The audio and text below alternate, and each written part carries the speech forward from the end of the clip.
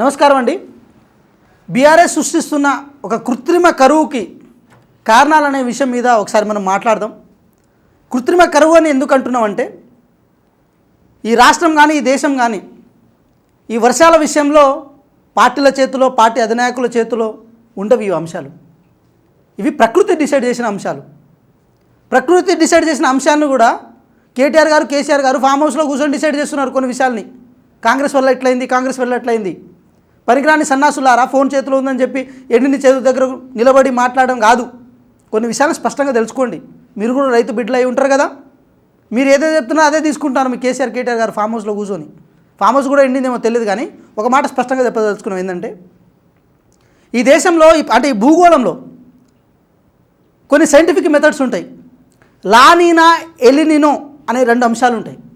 లానీనా అంటే వర్షం బాగా పడుతుంది, ఎల్నినో అంటే వర్షం పడదు. అది కొంచెం ప్రకృతిగా కొన్ని అంశాలు అవి. సరే, టెక్నికల్గా రైతులకు దగ్గరుండి మనం చెప్పలేకపోవచ్చు, కానీ 4 సంవత్సరాలకు ఒకసారి ఒక కరువు అంశం అనేది వస్తుంటుంది. 2023లో ఎల్నినో ప్రభావం కొంతవరకు ఉండడం వల్ల సరిగా వర్షాలు పడలే. వర్షాలు పడకపోవడం వల్ల చెరువులకు నీళ్ళు రాలే, కాలువలకు నీళ్ళు రాలే, నదులకు నీళ్ళు రాలే. దాంతోపాటు ఏంటంటే భూగర్భ జలాలు పెరగలే. పంట ఎప్పటిలాగే మనం పెడుతున్నాం. నవంబర్లో ఎలక్షన్ జరిగే కంటే ముందే క్రాప్ హాలిడే ప్రకటించాలని చెప్పి బీఆర్ఎస్ పార్టీ అన్నది, చెప్పింది కూడా. తర్వాత అధికారంలో కోల్పోయిన తర్వాత వెంటనే మాట మార్చుకుంటూ వచ్చింది. ఇక్కడ ఒక విషయం ఏంటంటే, ఈ 90 రోజుల కాలంలో, ఈ 100 రోజుల కాలంలోనే కాంగ్రెస్ పార్టీ కరువు రావడానికి కారణం అని చెప్పి బూచిగా చూపించే ప్రయత్నం చేస్తున్న దగులుబాజులకు ఒకటే మాట చెప్పదలుచుకున్నాం. ఏంటంటే, కాళేశ్వరం ప్రాజెక్టులో ఉన్న నీళ్లు 23, నేను చెప్తా వినండి అన్న, కాళేశ్వరం ప్రాజెక్టులో ఉన్న 23 టీఎంసీల నీళ్ళని కిందికి వదిలేయమని చెప్పింది మేము కాదు. బీఆర్ఎస్ పార్టీ అధికారంలో ఉన్న తర్వాత ఉన్నప్పుడే కేంద్ర డ్యామ్ సేఫ్టీ అథారిటీ ఈ పిల్లర్లు కూలిపోయింది, డ్యామ్ మీద ప్రెజర్ పడే ఛాన్స్ ఉంది, డ్యామ్ మొత్తం కొట్టుకుపోవచ్చు, ఈ నీళ్లు ఉంచొద్దని చెప్తే ఆ నీళ్లు మొత్తం కిందికి వదిలేరు. ఆధారాలతో సహా చూపెట్టగలుగుతాం మేము. అప్పుడు కదా నీళ్లు కిందికి వదిలింది. అంటే డ్యామ్ కూలడానికి కాంగ్రెస్ పార్టీ కారణమవుతుందా, నీళ్లు కిందికి పోవడానికి కాంగ్రెస్ పార్టీ కారణమవుతుందా? ఇదంతా కాంగ్రెస్ పార్టీ అధికారంలో రాకంటే ముందే జరిగిన అంశాలు కదా. మరి దానికి కారణం ఎవరు? దానికి కారణమైన వాళ్ళని గన్ పార్క్ దగ్గర నిలబెట్టి చెప్పు తీసుకొని కొట్టమా? తెలంగాణ రైతులుగా, తెలంగాణ ప్రజలుగా నీళ్ళు ఎవరు వదలమని చెప్పారు? కేంద్ర డ్యామ్ సేఫ్టీ అథారిటీ వదలమని చెప్పింది కదా, మీరే వదిలేరు కదా. ఇప్పుడు కొత్తగా నీళ్ళు ఏమంటే ఏడు నుంచి తెచ్చేయాలి? అక్కడ నీళ్ళు లేవు కదా. కృష్ణానది నుంచి నీళ్లు తెచ్చే విషయంలో కూడా ఎట్లాగో మీకు చిత్తశుద్ధి లేదు. కాళేశ్వరం మొత్తం ఒక డబ్బు కోసం కట్టి దాన్ని ఆగం పట్టించేసారు. మిషన్ కాకతీయ అని చెప్పి చెరువులు తవ్వుకుంటూ కూర్చున్నామని చెప్పారు. మరి ఎందుకు మిషన్ కాకతీయ ద్వారా ఆ నీళ్ళు అక్కడ ఎందుకు గుప్త అంటే ఆగిపోలే? భూగర్భ జలాలు ఎందుకు పెరగలేదు? మరి మీరే చెప్పారు కదా, ఇంటింటి నీళ్లు నల్లా ఇస్తున్నాం మేము, మిషన్ భగీరథ ద్వారా ఇస్తున్నాము, మిషన్ కాకతీయ ద్వారా చెరువులు నిండినాయి, మిషన్ భగీరథ ద్వారా ప్రతి ఊళ్ళల్లో ప్రతి ఇంటికి నీళ్ళు వస్తాయని చెప్పారు కదా. అవి సఫలీకృతం కావట్లేదా? అంటే నార్మల్గా వర్షాలు పడ్డప్పుడే చెరువులు కలకలలాడతాయా? కరువు ఉన్నప్పుడు చెరువు కలకలలాడవా? అని మీరు చేసిన ప్రయత్నం దేనికోసం? మరి గతంలో చంద్రబాబు నాయుడు గారు అధికారం చేపడితే వర్షాలు పడవు, కరువుగా మారుతుంది అని చెప్పేసినటువంటి ఒక వాదన ఉండే. చంద్రబాబు నాయుడు గారిని విమర్శించే కాంగ్రెస్ నాయకులు కానీ, బీఆర్ఎస్ నాయకులు కానీ, వైసీపీ నాయకులు కానీ అది చెప్పుకొచ్చేవాళ్ళు. ఇప్పుడు రేవంత్ రెడ్డి గారి మీద, అంటే వారి శిష్యుడైనటువంటి రేవంత్ రెడ్డి గారి మీద మళ్ళీ అటువంటి ప్రచారం లేవనెత్తున్నారని చెప్పేసి భావించారు. అన్న, ఒక విషయం మీకు స్పష్టంగా చెప్తాను. కరువు అంటే ప్రకృతి వైపరీత్యం అనేది వ్యక్తులు మట్టి రాదన్న. ప్రకృతి వైపరీత్యము వ్యక్తులు మట్టి రాదు. అట్లా చిత్రీకరించే ప్రయత్నం చేస్తే అది మన తెలివితొక్కతనానికి నిదర్శనం అయిపోతుంది. కానీ ఒక మాట, చంద్రబాబు నాయుడు గారిని అలా విమర్శించి చిత్రీకరించి లబ్ధి పొందడం జరిగింది చాలా పార్టీలు, చాలా మంది నాయకులు. ఇప్పుడు రేవంత్ రెడ్డి గారిని, కాంగ్రెస్ ప్రభుత్వాన్ని అలా చిత్రీకరించే ప్రయత్నం చేస్తున్నారా అన్న? ఒక విషయం ఏంటంటే, నైరుతి ఋతుపవనాలని వెస్ట్రన్ ఘాటు ఏది కేరళలో ఉన్న పశ్చిమ కనుమల దగ్గర పోయి కొండ మీద నిలబడి రేవంత్ రెడ్డి గారు ఆపారా? చెప్పండి, మరి మీరే చెప్పండి. కొండ మీద నిలబడి నైరుతి ఋతుపవనాలు మీరు రావద్దు, ఇక్కడే ఉండిపోయింది అని చెప్పి ఆపారా? లేకపోతే ఈ 10 సంవత్సరాల కాలంలో కేసీఆర్ పోయి నైరుతి ఋతుపవనాలు మాల్దీవ్స్ నుంచి, శ్రీలంక నుంచి తోడుకొని వచ్చిండా? ఏం చేసి ఉంటారు? మరి ఒక మాట స్పష్టంగా ఏం చెప్పదలుచుకున్నామంటే, కరువు కాటకాలు వచ్చిన టైంలో కూడా చెరువులో పుష్కలంగా నీళ్లు ఉండాలి, మిషన్ భగీరథ ద్వారా ప్రతి ఇంటికి నీళ్లు రావాలని చెప్పి ఆ కంకణం కట్టుకొని మేము పనిచేసామని చెప్పి 1000 కోట్లు దాంట్లో దారపోసారు కదా. అదంతా డొల్లని ఇప్పుడు తేలింది కదా. మరి అంటే 2014 నుంచి మొన్నటి వరకు ఒక ఎల్లిన ప్రభావం లేని అంశంలో చెరువులు కలకలలాడాన్ని చూపించంగానే ఆటోమేటిక్గా ఇదే అంశాలు క్లియర్ అని చెప్పి చెప్పుకుంటూ వచ్చారు కదా వాళ్ళు. అంటే మేము చేయడం వల్లనే ఇట్లా జరిగిందని చెప్పారు కదా. మరి ఎక్కడ కనబడుతుంది మరి ఇప్పుడు? ఈరోజు వాళ్ళ బీఆర్ఎస్ పార్టీ సోషల్ మీడియాలో ఫోన్లు పట్టుకొని చూపిస్తున్న ప్రతి చెరువులో చాలా వరకు మిషన్ కాకతీయ ద్వారా పనులు జరిగినాయి కదా. దాంట్లో నీళ్ళు ఎందుకు లేవు మరి? ఇంత దౌర్భాగ్యమైన స్థితి ఏముంటుందంటే ఒక మాట కామన్ రైతులు కూడా ఫోటోలు తీసి పెడతా ఉన్నారు కదా. స్పష్టంగా ఒక మాట చెప్పదలుచుకున్నాం. కాళేశ్వరం ప్రాజెక్ట్కి ప్రాపర్ వేలో డిస్ట్రిబ్యూటర్ కెనాలే లేదు. మరి నీళ్ళు ఏడిపోయినాయి మరి. ఇదంతా ఒక మాట వినండి అన్న. ఒక మాట ఏంటంటే రైతుల సంక్షేమం కోసమో లేకపోతే ప్రజల సంక్షేమం కోసమో జరిగిన ముచ్చట కాదు ఇది. ప్రజల సొమ్ముని దాచిపెట్టి దోచుకోవడం కోసం జరిగిన ముచ్చట ఇది. అల్టిమేట్గా మొన్న అధికారంలో వచ్చిన కాంగ్రెస్ పార్టీకి బట్టగాజి మీదేల్చే ప్రయత్నం చేయడం. అంటే ఏది చేసినా కూడా వాళ్ళ మీదకి రాగానే వాళ్ళు సెల్ఫ్ డిఫెన్స్ చేసుకోవడం. వాస్తవాలు ప్రజలకు తెలియదా? వాస్తవాలు రైతులకు తెలియదా?